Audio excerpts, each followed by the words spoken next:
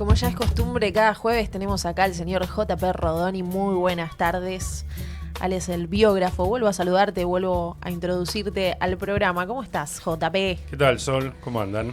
Bien y muy contenta porque nos trajiste una columna con una vuelta muy espectacular. O sea, estamos todo el mundo hablando. ¿Qué del Mundial? ¿Qué de la semifinal? ¿Qué le ganamos a los ingleses? ¿Qué las Malvinas? Que si seguimos reivindicando nuestra soberanía por las Malvinas o no, que si el gobierno está a la altura o no. Y vos nos traes una columna relacionada, pero como siempre, con mucha más información de la que está circulando. Sí, esa es la idea, porque pensaba que podía ser una columna interesante tratar el tema de todos los temas, precisamente, que se cruzan cuando juegan Argentina e Inglaterra. No juegan solo un partido, eso lo sabemos todos, que empezamos a hablar de Malvinas, del rencor, enojo, odio es una palabra que prefiero no usar, pero también algunos lo tienen, hacia los ingleses, como un enemigo histórico que siempre tuvo Argentina. Y lo que quería pensar en esta columna es si siempre fue así esta relación, si siempre tuvimos un rechazo o hostilidad hacia los ingleses. ¿Cuándo nace eso? Preguntarnos esa cuestión, si es desde el origen de los tiempos.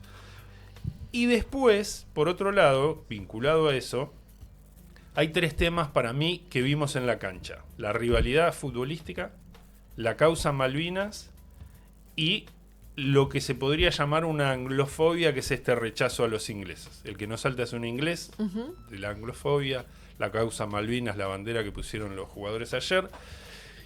Y entonces, cuando esos tres temas se mezclan y se unen, ¿sí? Porque tiene cada uno su tiempo, su tiempo de desarrollo, y en un momento confluyen. Entonces, vamos a ir apuntando a entender todo eso. ¿Y por dónde arrancamos? Bueno, arrancamos diciendo que me voy a basar bastante en un libro de una historiadora que se llama Emma Chivotti, que se llama Queridos Enemigos, que trata el tema que te planteaba de, bueno, esta relación fue siempre de rechazo de los argentinos hacia los ingleses, y ella nos dice que más o menos desde chico no se nos enseña, pero aprendemos de alguna forma que si nos invadieron los ingleses en 1806 y 1807, desde ahí los rechazamos, los despreciamos, y que la ocupación de Malvinas en 1833 obviamente ayudó a un rechazo a los ingleses desde los primeros tiempos, y que la guerra de Malvinas del 82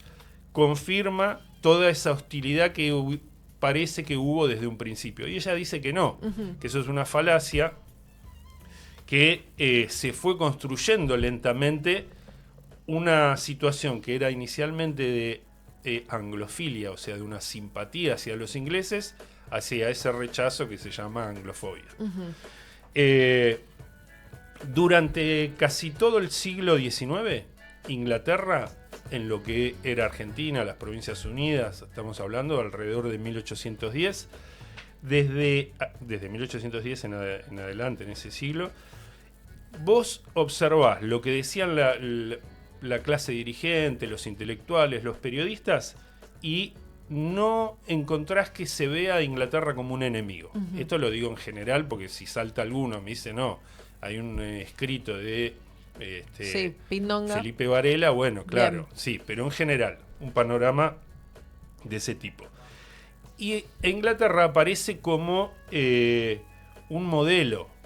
Por eso hay como una aspiración de copiar las ideas librecambistas de los ingleses, el sistema político que habían desarrollado, su poderío económico. Entonces aparece como un modelo.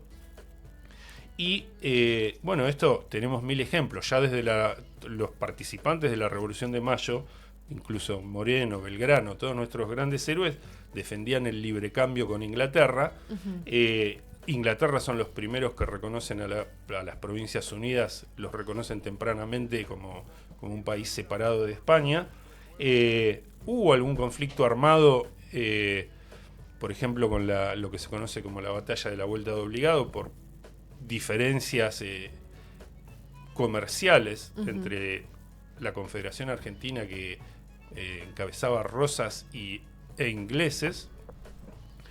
Pero después el mismo Rosas, por ejemplo, emigra, una vez que es derrocado de su cargo, emigra a Inglaterra, se va a vivir allá. Y hay un montón de cuestiones más de que vos decís, bueno, acá cierta simpatía había. La dirigencia posterior a Rosas, toda la élite dirigente y la élite social, o sea, te estoy hablando de 1860, 1870, 80, admira las ideas liberales, como te dije hace un ratito, pero empezás a ver también esa admiración de la arquitectura, los palacios, ¿no? También copiado de los franceses, pero todo lo que es la cultura, costumbres, tomar el té como una cuestión de prestigio ante el mate alrededor de un fogón. Sí, los deportes. La aspiración a... Claro, parecerse a los ingleses. Y un montón de deportes, entre ellos el fútbol, son copiados, incorporados por los ingleses, pero también fascinación de la élite argentina por practicar esos deportes, que tenemos el fútbol, pero tenemos el turf, el polo, el hockey, el rugby, todo eso lo incorporamos de ellos y queremos participar y ser como ellos. Las escuelas bilingües de la élite argentina de 1880, 1890, ser argentino, pero aprender inglés para ser parte de ese mundo. Y si había un desprecio en el siglo XIX de toda esa élite, o del periodismo, o los dirigentes, lo que fuese, era hacia España, porque era un país atrasado en un montón de cosas para ellos en relación con lo que era Inglaterra. Después, hay una fotito, volvemos a la 4. Esto sigue en el siglo XX. En 1925 el príncipe de Gales, que después va a ser el rey de Inglaterra, viene a la Argentina y el presidente Alvear, radical, le organiza un montón de agasajos que hoy sería impensado. Bueno, no sería impensado desde el gobierno. Totalmente. Pero digo, esa es una etapa de la popular revista Caras y Caretas. Y se vendió número dedicado al príncipe de Gales, mostrando todo lo que él había hecho. Había cierta fascinación en que el príncipe inglés venga y sea parte de todo lo nuestro, porque incluso lo llevan a una estancia de la provincia de Buenos Aires y ¿quiénes le cantan al príncipe de Gales? Gardel y en su momento su compañero Razzano son parte del show que le muestran para agasajarlo. Hay toda una cuestión ahí de querer mostrarle a él y la gente de ver qué vio el príncipe de Gales, ¿no? De lo nuestro, y hay como cierto orgullo que muestra todavía una fascinación hacia ese mundo. Y fíjate, él viene en 1925. En 1933 se cumplen los 100 años de la ocupación de Malvinas y casi no hay mención en la prensa, en la política, en nada de los 100 años, que hoy por ahí estamos acostumbrados a marcar esas fechas, y por esa época no pasa nada. ¿Y cuándo empieza a cambiar? Es esto que estamos marcando y empieza a virarse hacia el rechazo. El quiebre llega con la crisis económica mundial de 1929, que acá es la crisis del 30, que desestructura toda la economía que había funcionado para muchos o para algunos en el país, no para todos, Argentina le vende materias primas y alimentos a Inglaterra, ellos nos venden manufacturas, la crisis mundial económica desestructura todo eso y empieza a verse que la relación anterior que habíamos tenido con Inglaterra no era tan beneficiosa, porque si ellos estaban en problemas, nosotros íbamos a estar en problemas. Y entonces, en 1933 se firma desde el gobierno argentino de Agustín P. Justo un pacto que se llama el Pacto Roca-Runciman. Pasame, Fede, a la otra foto. La misma revista, con 8 años de diferencia, te muestra a los ingleses. Bueno, habría que describirlo para el que está escuchando en radio, ¿no? Pero es un inglés, se le ve la bandera tiene la camiseta de Gran Bretaña hablándole a un gauchito y el inglés es muy gordo, se nota que está opulento, rico y comió bastante y tiene bolsas, carbón, tejidos de algodón, seda vegetal, mercaderías inglesas y le dice al gauchito, si quiere que me lleve el ternerito, tendrá que cargar con algunos de estos paquetes. Bueno, y el gaucho lo mira desde abajo, chiquitito, claro, con su animal al bueno, lado. ese pacto fue todo un acuerdo que se hizo para beneficiar a algunos terratenientes argentinos para que puedan seguir vendiendo carne a Inglaterra, y nosotros aceptamos un montón de cláusulas. Nos dejaban en desventaja. El claro, rigi de ese momento sería. Exacto. Y eso fue muy criticado. Ahí empiezan a aparecer un montón de intelectuales. Por ejemplo, los hermanos Irasusta, que escriben un libro que fue el inicio de toda una lectura revisionista que fue muy popular. La gente empezó a leer esos libros. Pasame, Fede, a la tapa del otro libro. Argentina y el imperialismo británico. Estos hermanos Irasusta eran bastante chetos y oligárquicos, pero empezaron a marcar que Argentina sufría las consecuencias de estar sometida a un imperio, y atrás de ellos un montón de intelectuales más populares como Scalabrini Ortiz, Jaureche y demás empiezan a hacer popular ese mensaje entre la población.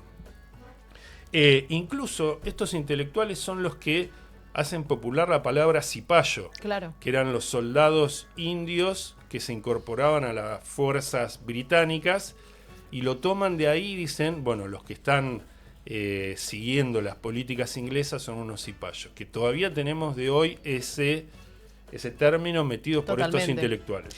Ahora, hasta el momento no se había vuelto a prender la mecha al fuego de Malvinas. Hay que esperar unos años. Bien. Todavía. Bien. Estamos a principios de la década del 30, te dije, para 1933 se cumplieron 100 años, parecía que no pasaba nada. Hubo algunos reclamos en el medio, pero suavecitos, aislados, pero no es una política de Estado fuerte en reclamar. A la vez, hay otro terreno donde Inglaterra es un modelo que se empieza a discutir. El fútbol, yo te dije, es uno de los deportes que incorporamos a partir de ellos. Y desde los años 20 y 30, desde revistas como El Gráfico, que aparece en 1919, se instala la idea de la diferencia entre el fútbol argentino y el fútbol inglés. Por eso elegí esa foto de los pibes de Potrero, como hablaban hoy, venía escuchando con el entrevistado que tenían. Fernández. Bueno, desde 1920 y 30 se habla de un estilo criollo diferente del fútbol inglés, del sistema, todo mecanizado que hay, y frente a los chicos argentinos criados en Potrero, que tienen su rebeldía para jugar, y desde ahí ya hay un enfrentamiento en estilos, ¿no? Que va a ser importante también para lo que va a seguir viniendo en el fútbol. Después vamos a la cuestión Malvinas. También en la misma década, 1930, tenemos, te había dicho, algunos reclamos esporádicos, 1888, poquitas cosas, pero para 1933, Alfredo Palacios impulsa la traducción de un libro que había escrito Paul Grusac sobre el tema Malvinas, y empieza él y algunos otros políticos a poner el tema de la reivindicación de las Islas Malvinas como una cuestión política, pero también cultural, que había que difundir eso y hacer alguna medida concreta. Claro, a generar material, a generar libros. En 1939, siguiendo con esto que estaban empezando a hacer estos personajes como Palacios, se forma una junta de recuperación de Malvinas, presidida por Palacios, y en 1941 el tema de Malvinas entra a los contenidos de estudio de las escuelas como contenido obligatorio. Bien. Hasta entonces podía estar, porque yo he encontrado algún material de lectura anterior, pero acá es contenido obligatorio que había que tratar en las escuelas. Bien. Y esa frase, que hoy creo que un oyente lo escribió en YouTube, lo leí rápido, las Malvinas han sido, son y serán argentinas. Esa frase se publica recién en 1950, en los años del primer gobierno de Perón, como título de un folleto del Senado. Ahí también la postura nacionalista del peronismo acentúa todo este tipo de contenido sobre Malvinas. Y esa frase que por ahí todavía escuchamos se empieza a usar en 1950. A la vez, todo esto le va llegando a la opinión pública de distintos lados o por distintos medios. Es muy importante una revista que aparece en 1936 que se llama Figuritas. Ahí tenemos la tapa, que no es muy conocida. Era medio un competidor de Villiquen en generar contenido escolar para los chicos. Y es fuertísima la campaña que hacen, mostrame la otra imagen, Fede, entre 1937 y los primeros años de 40, la campaña que hacen de malvinización, de imponer el tema de Malvinas. Las Malvinas son argentinas, por ahí hasta dentro de las historietas estaba, ¿no? Un chico que escribía en las paredes, las Malvinas son argentinas. Y entonces esto también empieza a llegar por otros medios. Por ejemplo, los chicos, y si vos empezás a pensar, esto lo leyeron en 1940, después vas entendiendo por qué los del 60 pudieron hacer tal cosa o no. Por ahí es especular demasiado, pero probablemente tenía que ver. La cuestión de Malvinas como tema, como cuestión nacional, se empieza a hacer fuerte en la década del 60, que tiene que ver con el contexto internacional cuando la ONU vota una resolución de descolonización que también afectaba a países africanos, como los jugadores hoy que vienen de países africanos, que juegan para Francia porque fueron sus colonias. Lo que a esos senegaleses, países, marroquíes. exacto, lo que a esos países afectó y les influye hoy en el fútbol, también en cierta manera nos pegaba a nosotros por otro lado, porque cuando la ONU vota la resolución de descolonización, Argentina presenta sus reclamos sobre Malvinas, y ahí en 1965 reconoce los derechos argentinos sobre Malvinas e insta a negociar entre Argentina e Inglaterra sobre las Malvinas. 1965. Ahí se empieza a meter en la política argentina. En la política argentina. Bien. Pero a la vez, vos fijate cómo se va creando todo un clima. Vos decís, bueno, teníamos una revista popular como Caras y Caretas en el 30 criticando a Inglaterra, políticos como Palacios, un socialista antiperonista pero malvinista, los intelectuales que te nombré como los Irazusta, antiperonistas, pero como también tenías a Scalabrini, Ortiz y Jaureche, peronistas, marcando las críticas a Inglaterra, la revista Figuritas, por todos lados te empieza a entrar el tema. Y en 1964 hay un piloto comercial que se llamaba Miguel Fitzgerald, que toma un avión y se va solo a las Malvinas. Aterriza en la isla Soledad, había salido en Río Gallegos, aterriza en Malvinas, cuelga una bandera argentina, entrega una proclama al gobernador inglés y vuelve al continente. Esa etapa de Crónica fue una de las tantas que Crónica puso apoyando lo que había hecho el piloto, pero también la cuestión de declarar todo el tiempo que las Malvinas son argentinas. Y entonces va llegando cada vez más al pueblo esa cuestión. Te dije 64, lo de Fitzgerald, y ya tenemos algo que se nos acerca mucho a la fecha del Mundial 66. 64 Fitzgerald, 65 el reconocimiento de los derechos de Argentina dados por la ONU. Había habido unas cuestiones anteriores en el fútbol, como enfrentamientos. El primer enfrentamiento entre Argentina e Inglaterra es en 1951, que dicen que Perón se había enterado que los ingleses nunca habían perdido en Wembley y dice, armemos un equipo y les vamos a jugar, y les ganamos, perdimos, y después hubo una revancha, que fue en 1953, que los que somos futboleros viejos, yo leía en las revistas que se hablaba del gol de Grillo a los ingleses, que era un gol imposible que había metido y le ganamos con ese gol, que tenía que ver con los estilos diferentes de fútbol que te dije al principio. Porque decían, Grillo hizo un gol que los manuales te dicen que no lo podés meter desde ahí. El tipo, con la inventiva del potrero, dijo, yo pateo desde acá. Entonces, teníamos esa línea del fútbol, y en el 66 parece que todas las historias se funden en una sola. esa anglofobia, la causa Malvinas, la rivalidad futbolística. En el 66 tenemos la cuestión de la rebeldía de Ratín. Lo echan de una cancha, pasa y aprieta el banderín con la bandera de Inglaterra. Es difícil para mí pensar que Ratín agarró ese banderín porque sí. Estaba influido, opino, por todo esto que venimos hablando. Totalmente. Quizás leyó la bandera, la revista Figuritas. Quizás el año anterior o 2 años antes leía el diario Crónica y veía lo que Fitzgerald había hecho con el avión. Habría escuchado en radio a Jaureche hablar del imperialismo británico.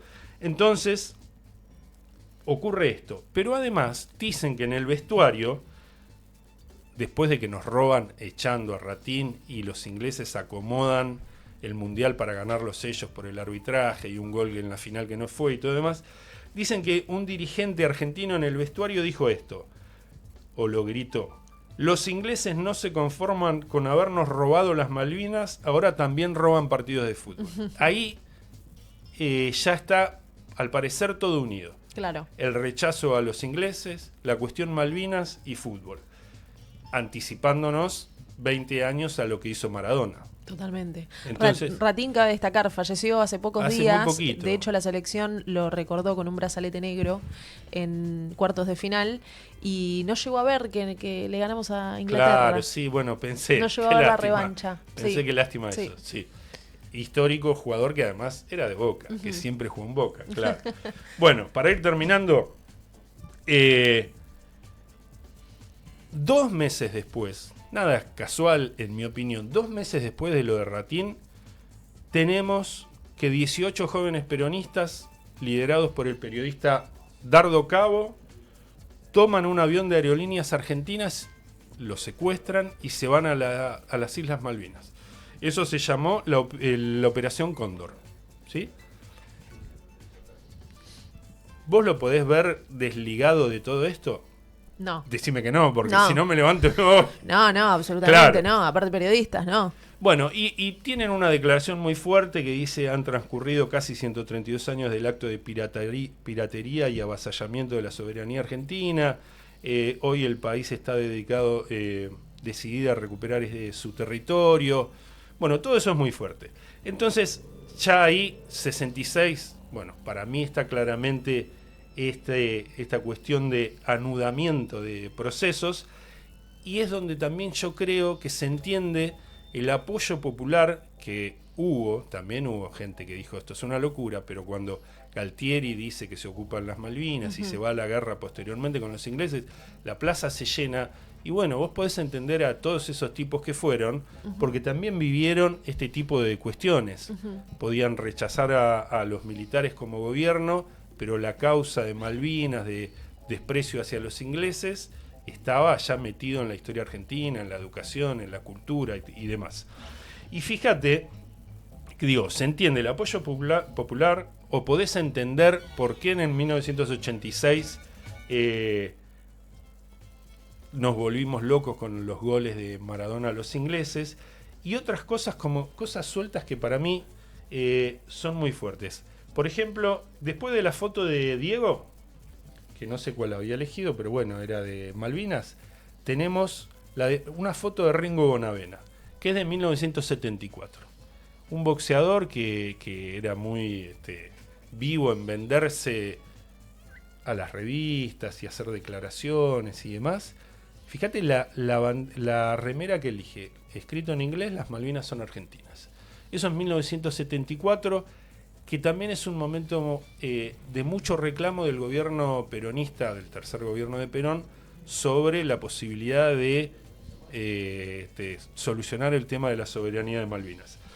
Y también de 1974 es una canción que graba Alberto Merlo, que se llama La Vuelta de Obligado.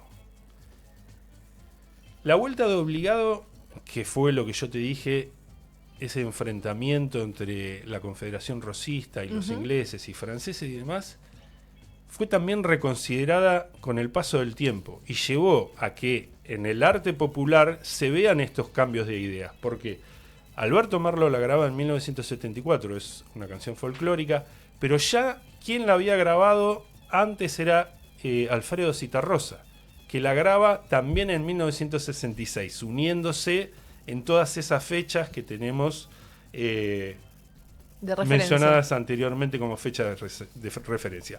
La cuestión es que con este largo recorrido que hemos hecho, que espero que no se hayan aburrido, es la cuestión de entender que lo que había ayer en cada uno de nosotros y de los mismos jugadores que estaban en la cancha, que sacaron la bandera y que no saltan en su inglés, no estaba ocurriendo solo ese partido ni ese presente, sino que es todo un pasado que hasta a veces desconocemos, pero es lo que vamos heredando, ¿no?, de cada uno de los padres y de lo que escuchamos. Hay todo un pasado anterior que nos ayuda a entender por qué pasa lo que pasa. O por qué nos pasa lo que nos pasa cuando vemos un partido contra Inglaterra. Hoy, ya terminó. Tengo contacto con la autora de este libro. Le mencioné que lo iba a contar hoy, a tratar el tema. Y ella me habló de esta foto, por eso la incluí a último momento. La de Messi abrazándose con Harry Kane. Al final del partido. Al final del partido. Y ella, ¿no?, como que intentaba decirme que, por eso no usé la palabra de odio, porque tenemos todos en general como, podemos tener rechazo, yo le quiero ganar a Inglaterra, pero somos también a la vez consumidores. Si estuviese José acá pondría una canción de Oasis, ¿no? Tenemos como una cuestión medio ambivalente, que quizás ella me decía, no sea de Argentina o Inglaterra, o de argentinos o ingleses, sino argentinos e ingleses. Tenemos mucho en común, mucho que apreciamos del otro, y suponer que todos los ingleses nos odian, o que no, eso no es así, si no, no irían los jugadores argentinos a jugar allá. Pero bueno, la intención era hacer este recorrido y tratar de entender por qué nos pasa lo que nos pasa con el fútbol y Inglaterra. Espectacular, así pasó una nueva columna del biógrafo, nuestro JP Rodoni, que va a estar cargada a YouTube, y mandásela a toda persona que conozcas y que está así de efervescentes como nosotros con el Mundial y contra Inglaterra y por las Malvinas y demás, porque este análisis que trajo el biógrafo acá no está en ningún otro lado, solo en total normalidad. Había propuesto como cierre un pedacito, escuchar con esa canción que ya había grabado Zitarrosa en el 66 y que Alberto Merlo populariza en el 74, que se llama La Vuelta de Obligado, y cada vez que viene noviembre en algunos lugares empieza a escucharse en relación a la soberanía. Los hermanos sean unidos porque esa es la ley primera. Tengan unión verdadera en cualquier tiempo que sea, porque si entre ellos pelean, los devoran los de afuera. 90 buques mercantes, 20 de guerra, 20 de guerra.